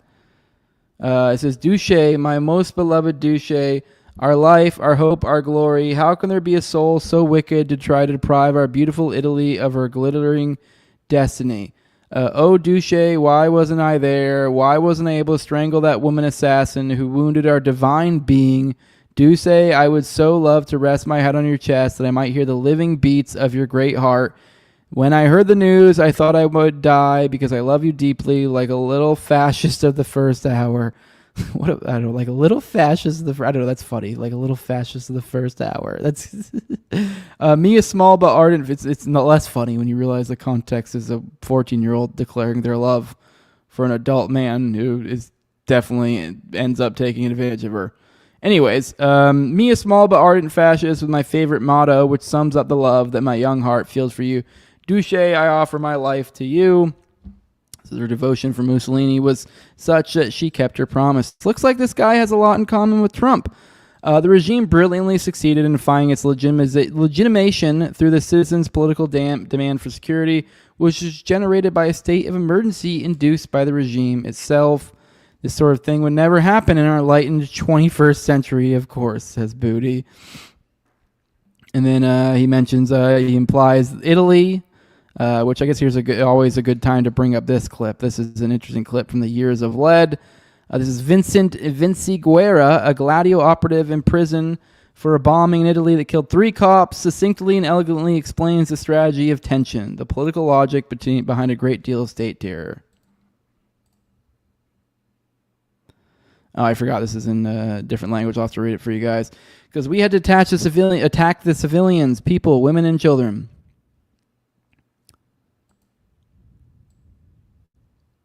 the innocent strangers in every political game. For a simple reason. Because we needed to force these citizens... Let me turn this thing off. We need to force the Italian public to turn to the state, turn to the regime, and ask for greater security. This was precisely the role of the right in Italy. It placed itself at the service of the state, which created a strategy. Aptly called the strategy of tension. Insofar as they had to get people to accept that at any moment, over a period of 30 years from 1960 to the mid-80s, a state of emergency could be declared. So people would willingly trade part of their freedom for the security of being able to walk the streets, go on trains, or enter a bank. This is a political logic behind all the bombings. They remain unpunished because the state cannot condemn itself. So yeah, that's him describing the strategy of tension. This was this is a Gladio guy who went to prison for bombing in Italy. He was part of the Days of Lead. So he's providing that as kind of a backup. And then, but yeah, just kind of another example, historical example of some similar such thing. So I think there's a lot to think about when it comes to the assassination, perhaps maybe whether it is or is not legit. So yeah, let's roll through the chat, see what you guys got to say. Someone asking if I have a styptic pencil. I don't even know what a styptic pencil is. So I'm going to go with probably no. Hustle says I'd end the stream if I was you. Probably just caught on to the bleeding thing, I think, essentially. Sorry, that was gross. It stopped now, so whatever. I'll probably bump it against something later and it'll flake off and then start bleeding like crazy again. Because that's all it was. I think I literally went like this. And I literally just touched it and then it just started bleeding. I was like, you gotta be kidding me. Dr. Ori says, I'd bet money he had mild hallucinogens and amphetamines, SSRIs. Haven't really been connected to shooters. Mental illness and prescriptions, yes. But most weren't on meds. They used recreational drugs. Yeah. I actually kind of agree with you. I do think that the SSRI connection is a little bit overstated. But now if we're talking hallucinogenics and we're talking MK Ultra type shit, let's go. So yeah, I kind of agree with you that I wouldn't be surprised if there were amphetamines or hallucinogens in there. All right. Scrolling through. Uncle Ted says, how about 10,000 worth of guns and bullets for the kid in Buffalo was talking to the Glow in Discord. Yeah, the old Buffalo shooting. Yep. For sure. Tom says, I just don't think Trump's team is behind the assassination attempts. They would have used cooler dudes than the losers that were used. I don't know. If anything, if you're saying like crooks and like the other guy, if you're saying like they would have cast better killers, like somebody cooler, I don't know. I actually think they might be like, make him a fucking loser. No one would ever like me that's cool. It's got to be a loser. So I could see that. Although, let's be real. I don't think it's this. Even if there is a faked or whatever, it's probably not that comically planned. I really highly doubt they're like, all right, Trump, come on, we gotta go cast our shooter. Let's go. Have you looked over the profiles I sent you? No, I sent you this email 3 days ago, Donald. I don't think it works like that. But even if it did, I could totally see him being like, no, dude, no, that guy's way too cool. Take him out. There's no way a cool guy like that would ever hate me. Make him a fucking loser. So yeah. Or they just suck at their job. They tried 600 times to get Castro and couldn't. Although Castro it is funny. Castro, I think we covered the other day. I don't remember if I mentioned him yesterday, but he was one of those people who showed up in the photo gallery of Epstein, of the people he was with. So it's funny. There were some of the lefty parapolitics people online yesterday coping. That was pretty funny. Which I don't know. I don't even have a really dog in that fight. I don't have a strong opinion on whether Castro was a CIA agent or not. I just find it funny when the commies show their hands and they're like, well, not Castro. Dude, shut the fuck up.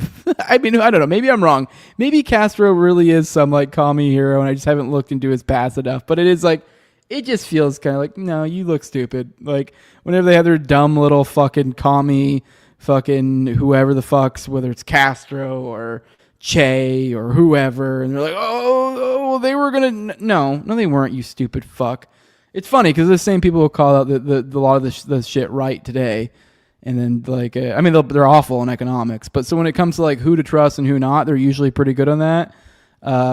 So like they're pretty good at like being like, you know, the modern day equivalents, but man, they do have these like historical, whether it's Stalin or Castro or Che, where they're all about like, well, it's everybody else's fault that all the evil things. Okay. So, all right, let's keep going. Yeah. Tom says LMAO. I missed it. This letter was from a girl. I was thinking, wow, this nigga's gay as fuck. Yeah, there was a 14-year-old girl to Mussolini, which is weird. And then it says, since there's no toxicology, Thomas Croaks, that means the whole thing is a hoax. I never said that, Nevsky. Never said that. I just said it calls into question. And even then, I don't necessarily know it was a hoax. I just wouldn't be surprised. And the more time goes on, it more looks like, oh, could have been something else. I mean, from the jump, I was like, this seems weird. I mean, it seemed like it seemed too ballsy of a move for it to be fake. It's kind of my thing. From the jump, it's like, well, I do believe the feds do some wild shit. That seems like too ballsy of a trick to play. But they've done, like I always bring up the RFK example. They do magic. And sometimes it's like the bigger you go, the more it sells it. So it's more like, no, there's no way they would do that sleight of hand blatantly in front of us or whatever, however the trick was performed. I have no idea how it would have been performed if it was a trick. But I also don't think it's that unbelievable that it would be a trick. It actually doesn't even seem like that hard of a trick to pull off. I mean, I'm no magician, but I've seen way crazier magic tricks. Everything is a hoax. Yeah, I don't think everything's a hoax. Once again, I don't even know if this is a hoax. I'm just saying question it. I think you should question it. Uncle Ted saying it's when they go off the SSRIs. It literally says in the bottle you could have suicidal thoughts if you stop taking them. Just take their pills away, and that's what triggers them. Okay, good call. That makes sense.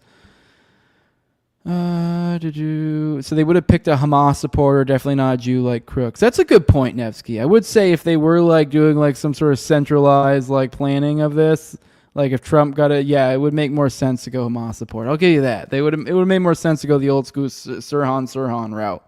Although that might have been too on the nose. I don't know. Maybe that would have been too. Although they then did later try to make it. I don't know. Who knows what limited resources these spooks are working with? You know what I mean? I mean, like I say, like, oh, they had all these choices, but it's like, dude, we have 3 fucking spooked out losers that we might be able to talk into fucking, you know, taking a shot at the president. And it might literally be like, we gotta literally kind of activate all of them and just hope and see which one produces fruit. I have no idea exactly how this works. It could be something like that. Because they did seem to, after the fact, really try their hardest to connect it to Iran. So, whereas you'd think it'd just be easier to just be like, they did have this level of spooky control, just put a brownie in there, and then ta-da, you're good. Maybe even for good measure, put a Free Palestine shirt on them. But yeah, I don't know. Yeah, that's a good point. It would make more sense. But at the same time, I don't know to what degree they have the level of options there. I have no idea. Tom says Castro was either a true commie or a spook. Either way, he was a trash. Who cares? Exactly. Fuck him. And then we have Alien says Che the banker on leftard t-shirts. Irony of irony. So yeah, Lauren says, yeah, it looked fake as fuck. I saw the other angles. Yeah. Boltzmann is insinuating it's a hoax. Yeah, I know he's insinuating. That's why I read it. Yeah. I was insinuating it could be as well. I mean, I don't know. I mean, I don't have a strong opinion. I'm like, it's not going to rock my world if like I saw proof that if I somehow was convinced it was real, like, you know, I'd be like, whoa. I mean, I'm also not asserting that it's not real. Like, it's whatever. So I'm open to it being whatever here. It would make a lot of sense for it to be fake. So Tom says, I didn't realize Crooks was a Jew. That makes me think even more it was Trump's people that set it up. Perhaps. All right, let's get into Curtis. He's made some weird, had some weird takes recently. So I hadn't really had a chance to devour this. But our friend of the show, Dana, put out this post. This is a commonly brought up thing. I feel like it's come up on my show multiple times. Definitely been on Already Dead. the commonly referred to, I believe, quote that Alan Dershowitz said, and I believe he said it like what was it, Firing Line or whatever the fuck, that famous old show. I believe it was even on that. Anyways, Alan Dershowitz has before has weighed in on snuff, and so that does kind of frequently come up in our realm. Now he says, Alan Dershowitz of Harvard, the defender of Harry Reams, acknowledged in a public debate that he himself would not deny the right of a movie theater to exhibit a snuff film provided it was not filmed within the United States or advertised in the press or on the marquees. Is it a snuff film for so what they're referring to here is a snuff film, essentially a murder porn, essentially. And Alan is on record advocating. Now, I this is one I would I guess. Well, it is like I hate to be the guy who comes in here and be like, well, what do you mean by that? And like maybe he has some sort of specific point because he isn't a lawyer. So like, are you making some weird, specific, legalistic argument? But either way, it is very much, and I think the right instinct for people is to have a knee jerk like, what? Why are you like stumping for? And especially the context when it's come up before hasn't always been like, it'd be one thing if like, I guess you're a defense attorney for someone, which is kind of the implication here, I think, the Harry Reams. I don't know the specifics of that. And you're like, okay, here's the legal argument. But he's also brought it up and like, oh no, this is like legitimately what I believe and this and that. Like he's brought, I can't remember what the name of the show was, but he's brought it up on a show before where like they had a back and forth about this, about whether they kind of even going to whether snuff is real or this or that. And then kind of goes into like, well, I wouldn't deny it if it was not filmed within the United States or blah, blah, blah, blah, blah. And you're like, what a weird cutout. Like even then I struggle to understand even the logic of like, well, but why would it be okay? Like only under these circumstances, like what's specific about, I mean, I'm not even saying a snuff film would be okay. I'm just saying, I almost want to understand, like, what is he trying to say here? What is your specific point? Because it's like, I mean, when you're talking about lawyers, they may have very specific legalistic something, but even then, just even the first point that you would in these contexts, when it's like the concept of like unforced error, like why would you even be talking about this? I mean, it's much like talking about age of consent. Like, why are you even?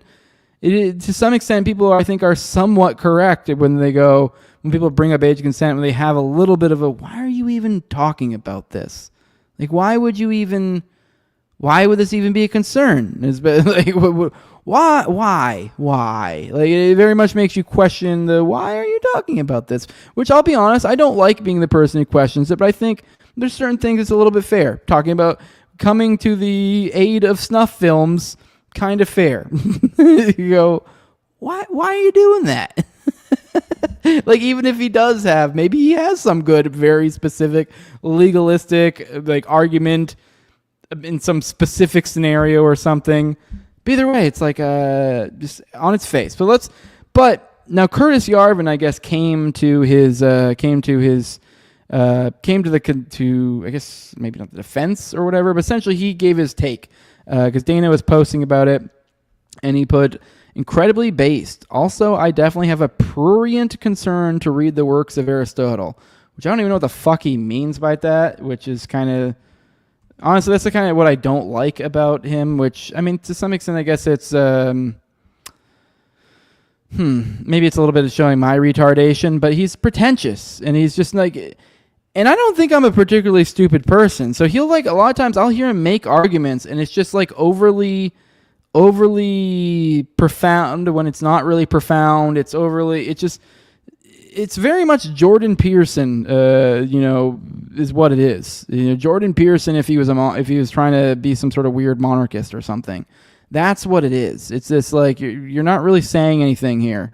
And that's what Curtis does a lot. I'll be honest, I just had to look up prurient because I didn't even know the fuck that meant. It says having or encouraging excessive interest in sexual matters. So he says, I have a sexual interest, I guess, or a sexual pressing desire or concern to read the works of Aristotle. Okay. Whatever the fuck that douchey comment means. Cool. I don't even know. He's just too pretentious for me to even understand what the fuck that's even supposed to mean. I don't care. Either way, Curtis goes incredibly based. And then Parapower Mapping says, of course, you would think they're based, and we defend that, defend Dersh on behalf of his Epstein Nexus patrons, which that is the rumor it's going around. I haven't looked enough into that, but let's follow maybe this thread a little bit. Maybe he gives us something here on how that's the thing. Says this, he goes, this weasel, Teal's favored worm tongue, wants to give an NRX techno-feudal dictator plenary authority to carry out a Night of the Doge knives because he hates his foreign service careerist, possible CIA father's guts, and needs to take his patricidal urges out on the government. And then it says, listen, let's see. Actually, I kind of want to hear what Curtis has to say, because I guess it goes into his CIA dad here. So yeah, which I didn't, this is new to me. Now I will say it seems to be Kalani's a little bit upset by some of the Doge stuff here, which if anything, the funny thing is we probably disagree there, and my concern is that Doge didn't go far enough or really do a goddamn thing in the end. So that's where we disagree. And if anything, I'd say that, but anyways, point being, it looks like Curtis is kind of this weird new intelligentsia for the elite. They're trying to, it seems to be this weird role he's trying to fill, and it's odd, but let's hear a little bit about his background.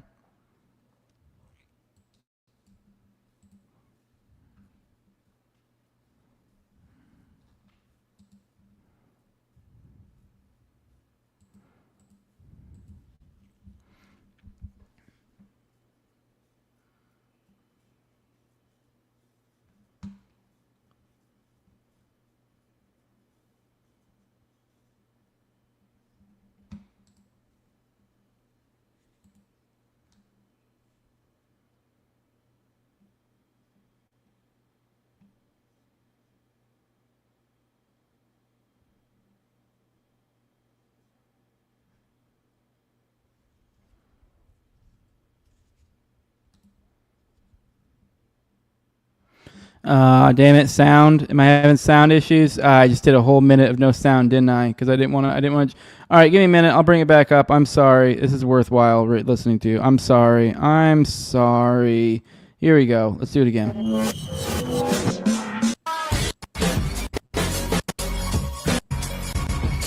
Hey, luckily for you, like 20 seconds of his silly ass little intro. In light of Yarvin's instrumental role as the ideological architect of the Doge cuts and the technocratic smash and grab of all federal governmental systems, and considering his father's lengthy civic career, could it be argued that there's almost a patricidal impulse simmering underneath Yarvin's rage? Not to get all psychoanalytical with it, but are Yarvin's remonstrances of what he considers the woke progressivist elite who wield the ultimate say in both the unelected governmental bureaucracy and cultural institutions, such as the Jesus Christ, get to the fucking point. Media and universities that police political correctness, when boiled down to their essence, simply sublimated teenaged rebellion against his father? Or alternatively, I really don't mean to be mean, but I just really can just tell. And I gotta say, I just on the work side of things, I bring his stuff up frequently. I like it, but I could just tell. I feel like we probably would not get along. And the funny thing is, he probably agree. I could just tell. I just get theater kid vibes. But anyways, I don't know. Let's go. Let's say it. All right, Yarvin's project be the vengeful realization of the elder Yarvin's career disappointments.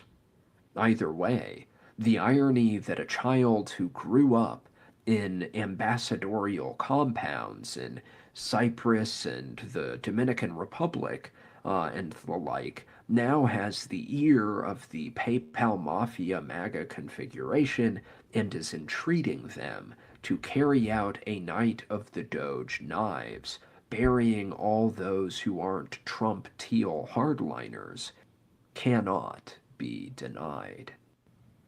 Curtis's father's supposed career in the Foreign Service raises a secondary question that will require us to confer with the available how to spot a spook wisdom. Is there a chance that he was a company man under diplomatic cover, and or has he perhaps done some CIA work in the past? Jesus Christ. Okay. All right. Sorry I did that. I mean, that was really great. Jesus, that I almost fell asleep. Man, I am not one to criticize. All right, man, just maybe, I doubt he's going to read this, but I would recommend maybe just like try. I really feel like maybe you're overly scripting yourself. I don't know what your production process is, but I really do feel like, just for me personally, I would enjoy that more if it felt more like you were a human being talking. I don't know. That clearly felt like you wrote these things down. These are not in any way, even though I do get the impression you probably are someone with a large vocabulary, you speak very well, I don't think you talk like that. I don't think you actually talk like that. I think that's how you like to think you talk like. So I don't know. Whatever. Far be it for me. I mean, do your own thing. Who knows? You're probably crushing my numbers for all I know. I just a little helpful criticism. I actually genuinely enjoy your content. I covered a lot. I think you find a lot of good stuff. I just think maybe you could find some constructive criticism from that. Also, maybe you learn some economics, possibly. All right, let's. Anyways, back on this. I guess this does kind of end on a little bit of a sort of, because I guess he elaborates on it, and here is Curtis's take. This is the games he plays. Dana says, why is Curtis chiving on how base Dersh's take on Snuff is? So, and then he goes, because it's hilarious to imagine Alan Dershowitz making any moral distinction between Americans and non-Americans. So that's what's funny. That's a joke we don't get. Which, to be fair, I actually could kind of believe this to be the case with Curtis, because he is, ironically, the funny thing is, watch, this comes full circle. Literally the same shit that I was just like kind of annoyed by what I was just playing, and I feel kind of mean bringing it up. It's that same shit that I'm kind of annoyed by. I'm criticizing on your Curtis here, sort of, where it's believable that he would be the kind of weird douche that would be like, oh, I'm just having some weird intellectual something or other, like as if we were supposed to all follow along this weird, humorous musing in his head without us explaining it to him. And I understand having things you're like, oh, that was a whimsical, haha, that's kind of funny. You're like, okay, well then you might need to spell that out, because we're not in your fucking head, Curtis. We don't understand the weird shit that you say. I don't know. So maybe I'm just a retard. Maybe I'm just a dum-dum. But yeah, anyways, that's that. To end it there, that is where Curtis is coming from. But I thought maybe there'd be something interesting there. I almost want to re-listen to that video, but I don't want to do that to you again. I honestly completely zoned out just because out of the what is going on here, what even the sauce was. But I guess his dad glows somehow. I think he said he worked for the Foreign Service, so that kind of glows. So that's a less, I guess he called him Foreign Service. I don't know. That could mean a lot of different things. I don't know. I mean, that does seem to glow a little bit to me, especially Curtis is a fucking weirdo to begin with, so I'm not going to lie, I'm apt to find him to be glowing, to maybe call that unfair, but it is what it is. All right, let's roll through the chat, see what you guys got to say, and then I have a couple last minute things I think maybe you guys might enjoy. Uncle Ted's is Wesley LePatner, a 43-year-old Blackstone Group executive who led the firm's real estate investment trust business, was killed in a mass shooting on 345 Park Avenue in Manhattan on Monday. Interesting. Do snuff films to violate the NAP, says Tom33. I would, there definitely was some NAP violations that occurred there, I would say. The Libertarian Guide to Snuff Films by Dark Tom Woods. Well, this would be very much, who was Walter Block. This would very much be a Walter Block topic. I could totally see him in Defending the Undefendable doing like, oh, and now we're going to do snuff films. Yeah. What did Trump gain from staging his own assassination hoax? I think it makes much more sense that the deep state want him dead and for Nikki Haley to be Republican nominee.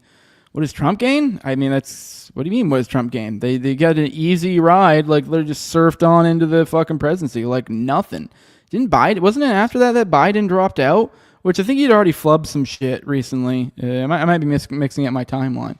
But no, that was like open the door wide the fuck up. And that's honestly, I like Yanevsky, but that's frankly just a stupid fucking question. I don't even know how to answer that without being insulting. What did Trump gaining from staging his own assassination hoax? They said it, I don't know how many times on the campaign, as they rolled in after they had their resounding win. How many times did we hear about a resounding mandate, and using this as justification to push through their policies? So, I mean, it got them into the White House and got them the ability to pursue their agenda. So, I mean, I know it's kind of pretty self-explanatory. He gained some support, but there was no chance he wouldn't win the nomination. Well, of course. I mean, I don't think anyone was doubting he was going to get the Republican nomination. So I don't know. Weird argument, buddy. Did you use uncommon words to make references so obscure that people fear looking stupid if they don't just nod along? Well, good for you guys. I don't fear looking stupid. So yeah, there's a certain level of vocabulary where you're just being a pretentious douchebag and intentionally confusing people, even those smarter than you. Yeah, it's like.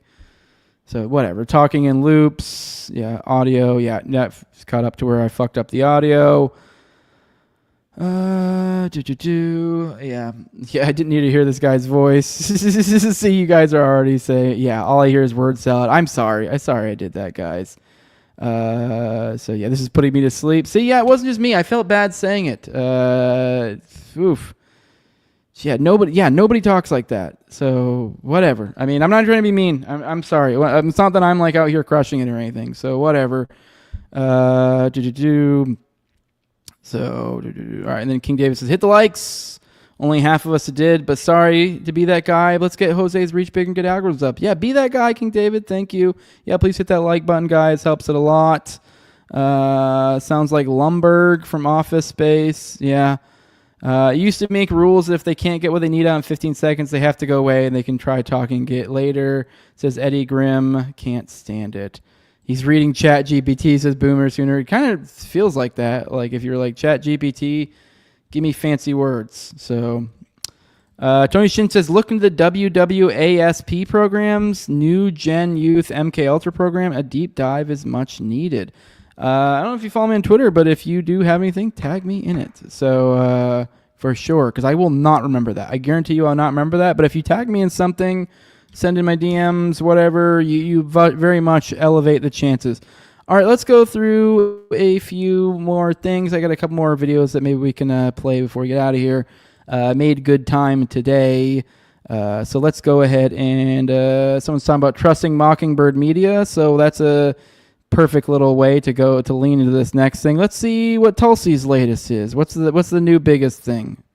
James Clapper was on the team that created, that manufactured intelligence assessment that led to the Iraq war, about the Iraq WMDs. He writes about it in his book, saying that he and his team of intelligence analysts created something that was not there. When you look at his actions then, and you look at his actions in 2016 as Obama's director of national intelligence, you see someone who has no problem whatsoever politicizing and manufacturing and weaponizing intelligence for a political outcome. Cool. Arrest him. Now, to be fair, obviously I've said this before. I know that's technically Tulsi. I think she's recommended the DOJ, and I think we have just covered it yesterday. We got the subpoenas, so I don't know what's going to come of that, although it's Epstein related. So I don't know. I think they recently made a task force. I don't really know even what's the specific that's supposedly going on with the Russia stuff. So we'll see. Keep an eye on that. But I mean, I know. I guess can't be too mean to Tulsi because to some extent I'm a little bit upset with her bad taste in my mouth of the Iran thing. But to be fair, and also I do think she should resign at this point. But that aside, I mean, all those things aside, I mean, whatever. She is, she's seemingly doing what she's supposed to do. And she's, from my understanding, every time she's referring to the DOJ, so it's on them. All right, into the next clip. Here is, this is what I was referring to earlier at the beginning of the show when I was talking about one of the things that might come up in reference to the stand-down orders. And because the Swedish doom goblin in there was telling me that need to dig more into the Hamas-Israeli intelligence connection. So maybe it'll pop up in here. I'm not sure. Otherwise, I know, once again, tag me in things if you want me to cover in the show, or I'll try to remember to keep an eye out for that myself. But either way, here's General Mike Flynn, which I know all the Q people out there, his ears probably pricked up. Like, what? Who are you? Let's hear what he has to say. And there's a clip going around. I don't know the legitimacy of it.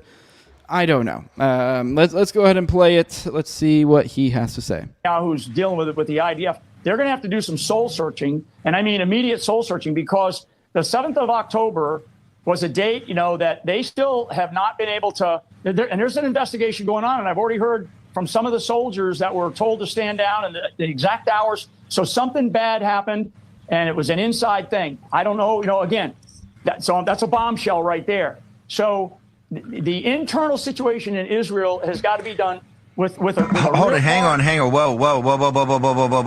Hang on. You can't drop a bomb like that. Mike Flynn, your former head of DIA, first national security advisor, President Trump, a revered figure globally. You're saying your sources are telling you on the investigation that they're trying to slow down and slow walk over there because we're coming up on the 2nd anniversary of it. You're saying that you're hearing there's testimony or documents or actual evidence that certain elements of the Israeli military were told to stand down? Because I know from people I know, this is a very contentious area and it's going to be explosive. Are you hearing the same thing? Steve, you can go back to interviews that I did like the next day and the following week after October 7th in multiple broad alternative media, where I said something. No, I will say that's actually, from my understanding, this was widely reported from the jump. Now, I don't know. I don't recall a specific source as to anything, but it was one of those things that I believe that was the kind of the sources say type shit. That was the thing floated about, that they were the word behind the scenes, is my understanding. I mean, maybe there's a specific source you can refer to and go, oh, here's someone saying, who was, but I don't know of that. I know, but I do know within I swear it was within the week. I at least that was what I was picking up, was that was the reporting, is that there were all sorts of claims of stand down orders, but I don't remember anything substantive, but it was out there. Something went wrong because, Steve, I have personally walked that border. I have been down at those areas, and I know the details of how the Israelis, one of the most secure borders in the world, how they do their operations. So I know that. So something broke down, and it wasn't because of mistakes. So that's number one. This internal machinations that are going on right now, what's going to have to happen? They're going to have to come to grips with this, because I'm going to tell you, the American people, they're getting tired of it. They're getting tired of this constant, Israel. I mean, I'm the biggest fan. I would, I have been to Israel many times. I have, served alongside them. I have done things with them, certainly on the intelligence side. So I'm their biggest fan. But the American people are not. And the American people are so tired of all of the craziness and aren't. All right, well, I'll be honest, this was a big nothing burger. Maybe Swedish Dune Goblin, maybe you'll have something more for me if you tag me, or maybe I'll find something more on specifics, because you were making it sound like there were specific, I don't know, almost sound like you might even be implying IDF or Hamas or Hamas intelligence connection to whatever. You were implying there were people out there who were actually making the claims as opposed to just some spook. Like General Flynn saying sources say, which, to be fair, there is some legitimacy to sources say, I think. And if you accumulate enough sources say from different sources, then you can go, at least you can kind of get your a little finger and put it in the air type thing. You get a little bit of, you can tell which way the wind's blowing, but you really can't draw a whole lot out of it aside from that. So we'll have to dig more into that later. But let's one last story, and then I think we're going to get out of here. Let's roll through the chat before we do so, though. See, one last time. Well, not one last time. I'll go through it again after that. But NFC saying Trump won in 2016 and 2020 without an assassination hoax. That's weird. He didn't get elected in 2020. I didn't remember that happening. And once again, okay, so he got in, but did he come in with a resounding mandate? No. All right, let's keep going. Go see what else you guys got to say. All right, just goofy stuff. Someone's talking about pizza and all that little small talk. Okay, let's get into the last story of the day. I haven't really read through this. This is from John Black. Shared this with me. Appreciate it, buddy. So let's dig into this. I'm not sure what we're getting into. It says, on Wednesday, the U.S. Justice Department announced that the FBI had arrested Specialist Taylor Adam Lee, a 22-year-old tank crewman serving with the U.S. Army's 1st Armored Division stationed at Fort Bliss, Texas, on charges of attempted transmission of national defense information to a foreign adversary and attempted export of controlled technical data without a license, for attempting to provide both operational and technical information about the M1A2 Abrams main battle tank to the Russian Ministry of Defense. According to the FBI, Taylor Lee, an active service member of the U.S. Army stationed at Fort Bliss, who maintained a top-secret/sensitive compartmented information security clearance, allegedly attempted to provide classified military information on vulnerabilities related to the M1A2's Abrams to a person he believed to be a Russian intelligence officer in exchange for citizenship in Russia. Okay, that makes more sense to me now, because I was kind of like skeptical at first. I was like, what? Why would anyone? Because it sounded like you were like giving information on how to run one, but they're talking about vulnerabilities. Okay, that makes more sense if you're looking for it. But anyways, for approximately May 2025 through the present, Lee sought to establish his U.S. Army credentials and send U.S. defense information to Russia's Ministry of Defense. In June 2025, Lee allegedly transmitted export-controlled technical information of the M1A2 Abrams online and offered assistance to the Russian Federation, stating, "The U.S. is not happy with me for trying to expose their weaknesses," and at this point, I'd even volunteer to assist the Russian Federation when I'm there in any way. In July, at an in-person meeting between Lee and who he believed to be a representative of the Russian government, Lee allegedly passed an SD card to the individual. Lee proceeded to provide a detailed overview of the documents and information contained on the SD card, including documents and information on the M1A2 Abrams, another armored fighting vehicle used by the U.S. military in combat operations. Several of these documents contained controlled technical data that Lee did not have the authorization to provide. Other documents on the SD card were marked as controlled unclassified information and featured banner warnings and dissemination controls. Throughout the meeting, Lee stated that the information on the SD card was sensitive and likely classified. During and after the July meeting, Lee discussed obtaining and providing to the Russian government a specific piece of hardware inside the M1A2 Abrams. July 31st, 2025, Lee discovered or delivered what appeared to be the hardware to a storage unit in El Paso, Texas. After doing so, Lee sent a message to an individual he believed to be a representative of the Russian government stating, "Mission accomplished." The FBI, Washington, and El Paso field offices are investigating the case with valuable assistance from the U.S. Army Counterintelligence Command. Now, I mean, I have no expertise in this at all. I don't even know particularly why you tagged me this, John, if there was something you wanted to get out of me from this. To me, I don't know what the fuck is going on here. This seems like, honestly, like, as I'm reading this, it seems weird. Like, for example, like his behaviors as they're describing to me sounds kind of very like he's being a fed almost, like it's intentional, or almost as if this is like a story that was made up or something. Like maybe they're trying to create more of a legend for, maybe this guy's a spook and they're creating more of a legend from. Either way, I don't know what the truth of the matter here, but something about this feels weird. Like the idea that he's messaging the Russian government and saying mission accomplished, and he's also then, while he's like giving them SD cards, he's then insisting, like, repeatedly telling them how they're sensitive, it's likely classified, like making a point to say these things. And then also the specifics, which I don't really know shit about tanks to really have a strong thought about this. But to me, it seems particularly odd in a very specific thing that, like, he'd be giving information on a tank. Like, I don't know. I don't know. I guess I think they do use a lot of tanks, so I guess maybe they would encounter a lot of tank versus tank type stuff. But it just seems like, I don't know, it seems an odd, specific thing that really also just seems to me, I might be entirely wrong, seems to me like a misallocation of intelligence resources to really be trying in any meaningful way to press for this, or that would be the way I would see it. Like, this just seems like a weird, like, why would Intel give a flying, like, why would they care this much to really have, like, one guy, like, that was his big thing, was M1A2 stuff.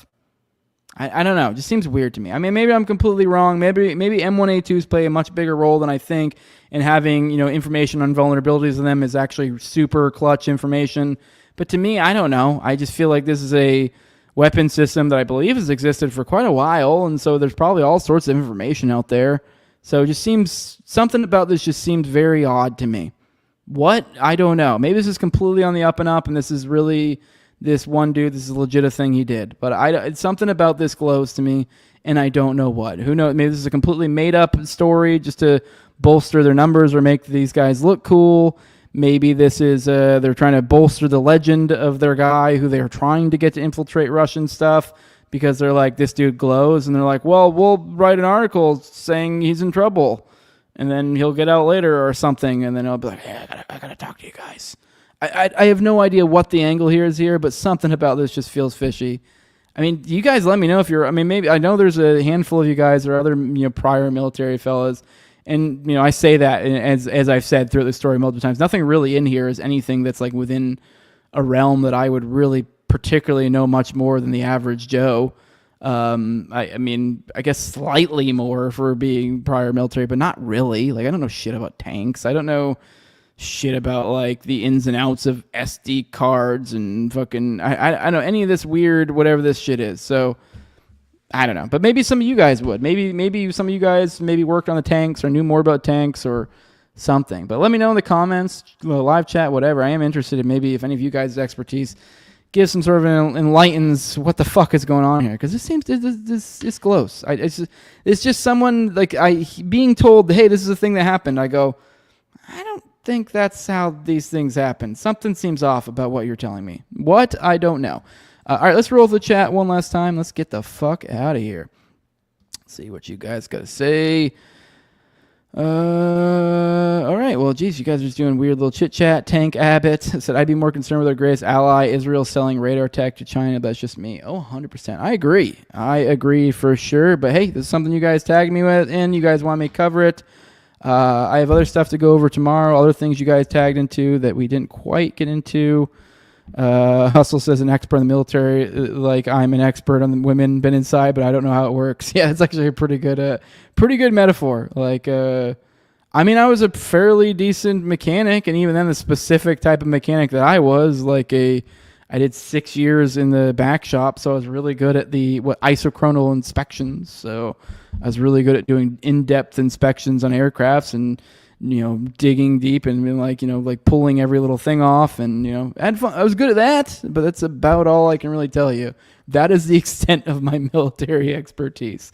And maybe little odds isms here and there, but that's about it. But with that, guys, we're going to get out of here. Appreciate all of you guys joining me. You guys need to tag me in more of the little outros. I think I might be out. Let me see. Yeah, I showed you the Aussie one yesterday. I have like 2 really dumb ones. I don't know. Whatever. You guys get some shitty ones for today, I guess. I don't know what to tell you. But tag me in some of those. Some fun ones, some wholesome ones. Just something fun to go on a nice little note on. I like the little outros. But whatever. Either way, I should be back with you guys tomorrow, 11 a.m. Eastern. I don't really know any reason why I wouldn't. I have Austin coming on for the patrons. I do have him coming on tonight. We're going to be knocking out part 3. I need to follow up an email, but just throw that out there for any of the OKC people. I'll just go ahead and throw the name out there. It doesn't matter. I think I'm getting Kirk Lyons on the show here soon, for those who understand the lore of him. And I think like next week soon, probably. So just throwing that out there. I'll be honest, I don't plan on like grilling him. I'm just planning on like, hey, give me what you think, because it's like I'm not going to argue. Just want you're on the record, because for those who know his what role, where he's at and what he's done and all that, you're like, oh, okay, I get it. It's a pretty big one. That's pretty cool. But should be fun times. But if anyone wants to support what I'm doing over here, and if you don't want to chip in money, I get it. Money is money. I prefer to use that to support my family, and I get how you would too. But if you do want to help me out without having to chip in money, because if you give me money, then you don't have the money. So I totally get where you're coming from. But this doesn't cost you any money. Leave a like. You can leave a share. You can leave a comment. You can subscribe. All these things are things that help out. You can follow me on Twitter at TowerGangJose. Leave a 5-star review on iTunes or Spotify. All steps that take you not really much time at all for any of these things, and all help me out big time. So I could if I could like have a method to where I could like pay you 50 cents or $1 or something, I would literally pay you guys to do this. So it's worth money to me. But if you do want to actually directly give me money and support the show, you can do that at patreon.com/NoWayJose2020. The lowest level is $2. That's where you get access to early episodes, just like that Kirk Lyons episode I'm talking about next week, just like that episode I'm doing tonight. with Austin. I did another Democracy of God that failed recently with Toad. Just stuff like that. You get that stuff. You get the stuff early. I do 1 to 2 of those a week. Keep about 4 or so of those behind the paywall at any given time. You also get access to the ad-free RSS feed. You get access to the Telegram. You also get access to the pre-show and priority for the call-ins. Austin's weekly live call-in show, which is already dead, which goes out on Tuesdays at 9:30 p.m. Eastern. You can also, if I give a big shout-out, I'm fucking up my plugs, but I give a big shout-out at the end of the episode to my patrons, or to my sponsors, my patron sponsors, which is the highest level of my Patreon. And I give them a big shout out as a big thank you to them for being the big spenders. My former co-hosts on Tower Gang at Learn to Toad, also at AbrogateDs, at ZLVRCK, at _Infazeal, Tim Tuttle, at John Allen Klebold, Will Bell's Delicious Blueberry Rabbit Eye Wine, big fan of the show, Torme, at Wayne Taculus, then not Masad. And with that, guys, love you all. We're going to go ahead and get out of here. Everyone in here saying goodbye. Bye-bye, Fire Pixie. Bye, Alien Big Cat. Bye, Wise Elk. I will eat some steak. You're the fucking man, King David. Bye-bye, everybody. Bye-bye. Bye, Hustle Bones. Deuces, everybody. Deuces. All right, 1 second. Actually, let me set up the outro. Even though our outro sucks, tag me in outros. Find fun outros for the show, and we will play them. I have a cute dog video for you guys today, so hopefully you enjoy it. All right, we're out of here. Love you all.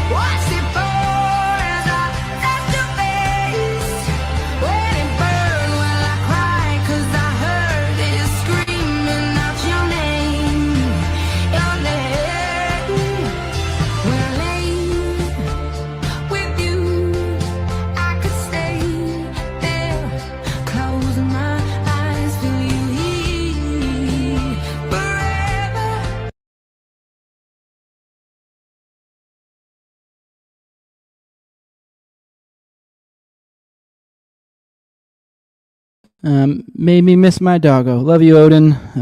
See you maybe in big dog heaven. All right, see you all, guys, another time. I just want to chime in, say I miss my doggy, and also I don't like German Shepherds, but even then, that video's still cute. Love you all. Deuces. Bye-bye.